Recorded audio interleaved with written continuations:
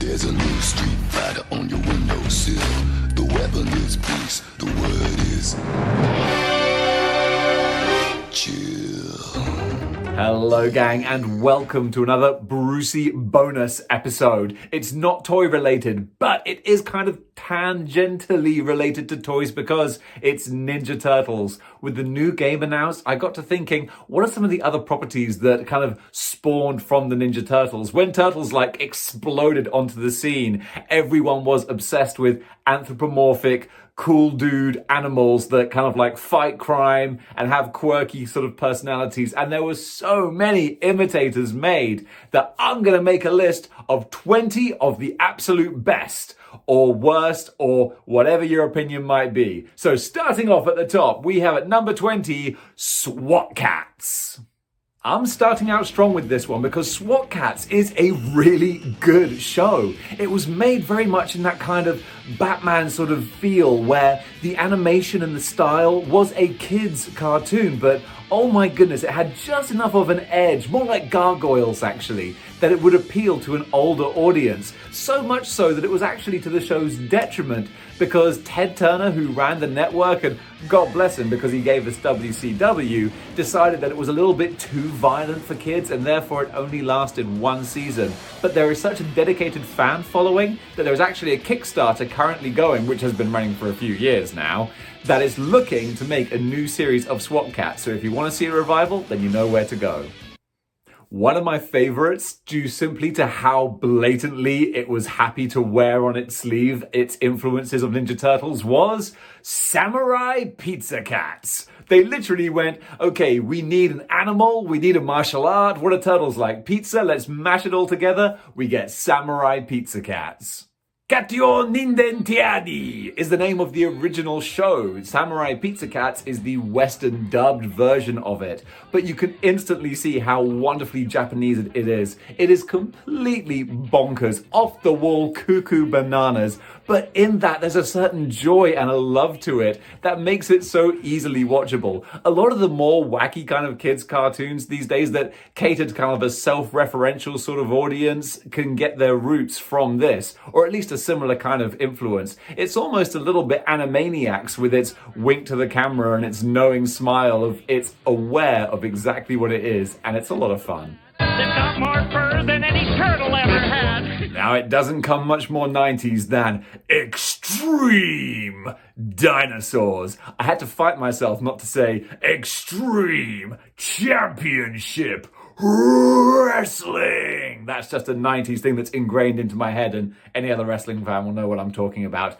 But Extreme Dinosaurs was an offshoot. It was a spin-off from Street Sharks, and it was that same kind of really funky, cartoonish, well, they're all cartoons, but you've got these wonderfully animated looking humanoid dinosaurs that, oh my goodness, it's so toyetic is the word, and these things just lent themselves to being made into action figures. And to put those next to Street Sharks, that is like the ultimate, not that toys should be gendered, but boys' toys, if you'll forgive the expression, because it is just funky, badass, creature reptile animals smooshed together into humanoid forms. So cool.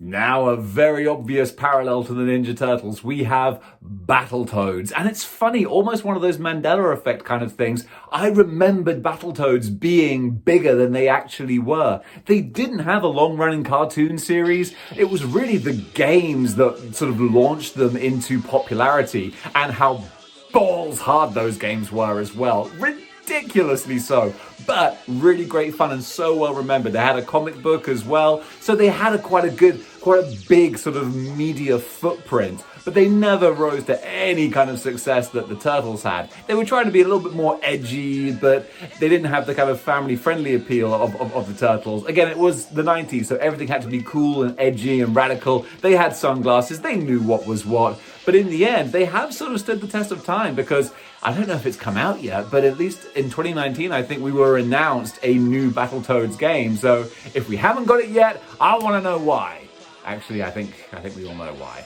This next show actually did almost give Turtles a run for its money, and with the premise alone, you can see why. Just think Ninja Turtles meets Akira, and you have Biker Mice from Mars. And it is a cool show. I mean, okay, they thought, right, okay, we need a new animal. We can't do turtles. Sharks have been done, toads, mice, let's do it. And then chuck those into a kid-friendly-ish kind of Akira setting with, you know, futuristic, outer space, motorbikes, and an apocalyptic kind of world. Oh, just take my money and take my interest as a kid. Although by that point I was too old of the demographics to really be into it, but I could see it. I was like, this is cool. And the toys as well, they had like the full bikes and everything. It was a great toy line. Very toyetic, again, I'll say it. But of course, being a kid's show, even though I say it had that kind of Akira sort of setting, there was no real violence or blood or guns or anything. But all you need to do is let your little child brain go to work and you could have a great time with this concept.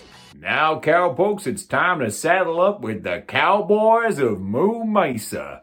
Yeah, this is a funny kind of one. Again, they took, let's see, we can't do turtles, cows. There you go. They can't be ninjas, cowboys. And it's like, these just aren't cool, you know? I think cowboys, kids were kind of like past cowboys. By the time we got to the 90s, cowboys weren't cool, hip, and radical. And cows are just, you know, the things that stand idly by in fields. I think it was probably struggling to find its identity and its niche, but it must have got some traction because they had a TV show, they had comic books and video games and a toy line, so someone was making money out of that. Avenger, Avenger, Avenger, penguins, you're the fight, back up!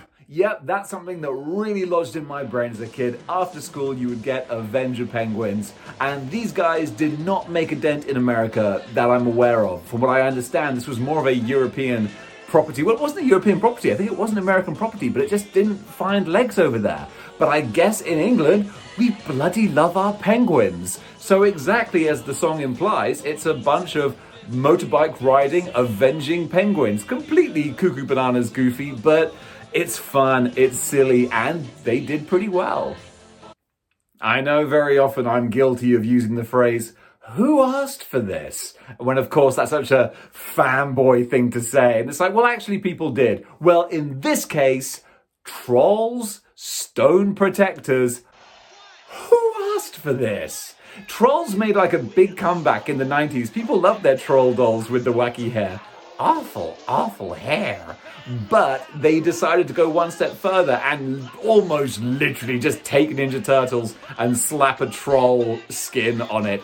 It didn't really take off. Troll Stone Protectors was A, too much of a direct Ninja Turtles ripoff, and B, people just didn't see the trolls in that way. I think they were cute little things to like have on a keyring on your backpack or something, but no one thought they looked cool enough to make a TV animated action show about.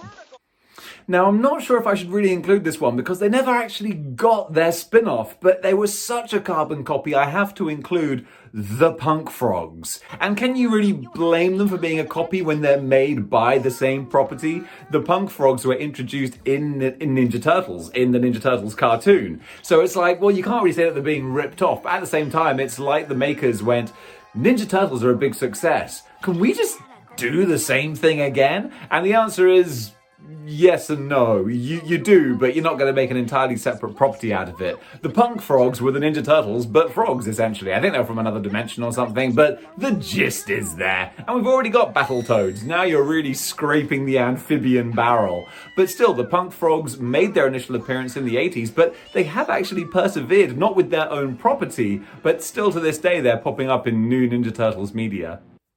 This one I'll give credit for moving away from the Turtles formula, but still we have a team of fighting, action, anthropomorphic animals. It is the Mighty Ducks. And this was a funny one. Being Disney, the property, the artwork and animation, like it looked really good. It looked slick and glossy. But I think fans and viewers were like, what is this exactly? Because there were fans of the Mighty Ducks movies. People love the Mighty Ducks movies. I love the Mighty Ducks movies.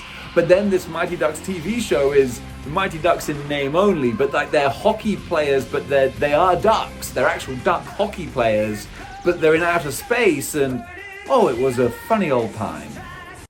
Bucky O'Hare and the Toad Wars is a more interesting one because this character started out in comic books in the 80s and there's a little bit more of a space opera to this, so it feels a little bit deeper than your average kind of a cartoon fluff made just to sell different toy lines and whatnot. So I would say that it's a bit of a Turtles, not necessarily a rip-off, but inspired by, because the cartoon show did come after the Turtles cartoon show. So even though the property came out in comics in the 80s, someone saw the animated Turtles and was like, we have a green rabbit. What can we do with this? And what they did was a 13-episode season, which again was pretty decent because it had that space opera kind of vibe. There was more to it, but unfortunately, I guess people didn't cotton onto a green rabbit as much as they do green turtles. Because I mean, let's face it, turtles are meant to be green. Rabbits aren't meant to be green. That just doesn't make any sense. Mummies alive? There are mummies alive in here. Yes, Mummies Alive. This was one that I kind of forgot all about until I saw the image for it again. I was like, I remember Mummies Alive. That show deserved to be something more than just something that some 40-year-old guy goes, I remember that. Because it was decent, but maybe too decent. Again, because kind of like SWAT Cats, it was a little too grown up maybe for what it wanted to be, or the audience that, well, that's the thing. It appealed to the audience it wanted, but it didn't appeal to the television executives who wanted to chase a safer property maybe, because Mummies Alive was a little bit more gritty. It was a bit more gargoyles. It was a bit more Batman the Animated Series. And so it was probably a bit too dark for executives who thought parents won't like this. And again, it's not like super extreme or anything, but it was made by some of the people who made season 3 of Gargoyles, which granted people do say is where the series kind of dropped off a cliff. I think it was series 3. I need to recheck that, but still, that could be a dubious honor. But nonetheless, the character designs of Mummies Alive, was really cool. Like, slightly cybernetic looking, a bit of a Stargate kind of vibe to them, but wrapped in bandages. It was cool, and I'll put it in the Turtles kind of category because it was still that kind of animated team sort of thing. But in fairness, actually, if you're gonna call me on that, I'll call myself on it. Maybe more X-Men influenced, but still, it was a good time. Super Robot Monkey Team Hyperforce Go! Whew, that's a mouthful. And I think the entire concept on this show was based on a quote that Peter Laird, one of the makers of Turtles, actually said, was that they went for the name Teenage Mutant Ninja Turtles because it was such a bizarre sounding name. People would hear that and be like, wait, what on earth is that? So they just went the extra step and were like, well, let's throw a few more words in there and just go totally crazy. And this was very much the kind of cartoony Teen Titans is the best thing to compare it to. Very wacky, very bold kind of animation style. But it didn't stand the test of time, but it did get remembered. I mean, it had about 4 seasons or so. So it was wacky and fun and bright and vibrant, but obviously it didn't have the heart. Or it didn't have April O'Neil in that yellow jumpsuit. Whatever it was that kept people's attention, it didn't have that. But it definitely warrants being mentioned on the list. Cyborgs. Now this is right up there with Street Sharks and Extreme Dinosaurs, where you take kind of a badass animal, a boar with the big tusks and whatnot, anthropomorphize it, make it cool, give it sunglasses, you got yourself a TV show. And that's what Cyborgs was. Set from, these cyborg kind of creatures were in a war against these kind of bull sort of creatures. So it was bulls and boars, good guys, bad guys, Transformers, Decepticons, Autobots. You know what I'm talking about. It was an intergalactic war against the good guys and the bad guys. It was fun. It was radical. It was kind of cool. And it was one of the more modern ones on this list. We've got a few more modern ones towards the end here. But it was a fun style. It looked kind of cool. It didn't stand the test of time because, again, it was anthropomorphized animals having a fight. But it made some cool toys as well. They got a toy line out of it. It had a bit of a little media sort of package. But it was fun. Didn't last long, but well worth checking out. We're going back to the dinosaurs now with Kung Fu Dino Posse. And this is a show that, let's face it, it knows exactly what it is. And it wasn't afraid to kind of point that out and wear it on its sleeve. This was a real copy of the Turtles. Kung Fu Dino Posse, Teenage Mutant Ninja Turtles. It's all, the writing is on the wall. But because it's very self-aware in that regard, it gets away with it because they make some good humor out of it. It's a genuinely funny show. Ran for about 40 episodes. episodes, and again, there was nothing sort of iconic about it that would really last the test of time and attach itself to people's nostalgia, I don't think, but it only came out about 10 years ago or so, maybe a little bit more than that, so there's a chance that another generation's worth of nostalgia might find some more appreciation for it. But it was very lighthearted, it knew what it was, and I had a good time with it, so for that, couldn't go wrong. Now this is one that I only found out about from looking up this list, and that is Snailians.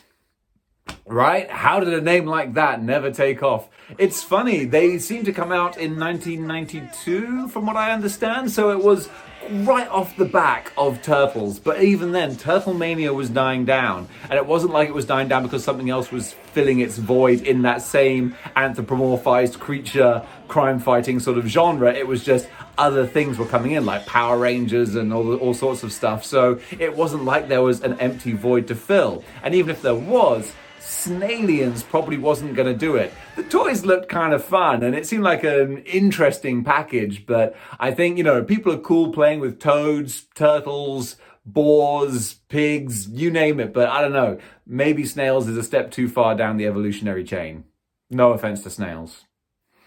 A property that I mentioned on my most expensive figures list is dinosaurs. And this was because the figures didn't come out when the show came out, so they were kind of snake bit from the start. Also, Dinosaurs came out right around the time that Ninja Turtles came out as well, so they had that competition right there, but it was like, Ninja Turtles had the entire marketing machine like, boom, go, there. We got the show, we got toys, we got lunchboxes, we got comics, we got sanitary towels, we got everything. Whereas Dinosaurs were like, right, we got the show. What do we do? What do people want? Sandwiches? No. Toys. Wait, we've got prototypes. They just weren't ready, it would seem. But the show was kind of fun, like dinosaurs in space having a war, the Tyrannosaurus sort of ones with bad guys, and it was kind of like Transformers as well, so you had like the good side, the bad side, the Autobots, the Decepticons, and it had the potential, it had legs, but it didn't have the right properties at the right time. However, if you did have any of those Dinosaurs toys, as my previous video will tell you, they're worth a few squids now. Oh, Kung Fu, Karate, Doner Kebab, Squids. I'm just trying to come up with my own franchise now. That could have legs. 8 legs! Oh my god, this thing writes itself! Road Rovers. Crime-fighting dogs. I mean, hey, look, dogs are actually, that's a really good call because everyone loves dogs and they're cute and cuddly. Unfortunately, they came along in the mid-90s. So kind of the 80s, early 90s, anthropomorphic animal action team kind of thing had sort of died off. Now we were more into the Gargoyles, Batman the Animated Series, even Batman Beyond by that point kind of phase. And Road Rovers, I think, was just a little bit too late to catch that wave. And instead, they had a respectable season, but that was about it. Still, I'm sure they were all good boys. Toxic Crusaders, they're gross, but they still get girls. Yep, that's another one that I remember, and what a bizarre property. The 80s were wonderfully nuts. We had a Rambo kids cartoon, we had a RoboCop kids cartoon. Did we ever actually get the like Kenner aliens? The aliens were never a cartoon, we just got the toy line, I think. But still, they made properties out of everything, it was wonderful. We got Trauma's Toxic Crusader made for kids. And this was something that, they figured kids like gross stuff. So the Toxic Crusader with his mushed up face, and he would have his team of other sort of toxic buddies. Again, mutants. Toxic, it kind of fits that same sort of demographic. I mean, totally, you could imagine the Toxic Crusaders appearing in the Ninja Turtles, kind of like Mutagen Man and other types of creatures. So the crossover was very, very similar. So not actually derived from Turtles necessarily, of course, because, the Trauma show or Trauma films came out, beforehand in like 84 or so. But still, it was definitely carrying that kind of weird 80s kids cartoon kind of wave. And it was fun for what it was. And finally, the number one TMNT ripoff, but was also quite good in its own right, is Street Sharks. You couldn't have Extreme Dinos without Street Sharks. And man, just looking at these figures, the designs sell themselves. Giant, humanoid sharks with the big teeth and the gnashing jaws.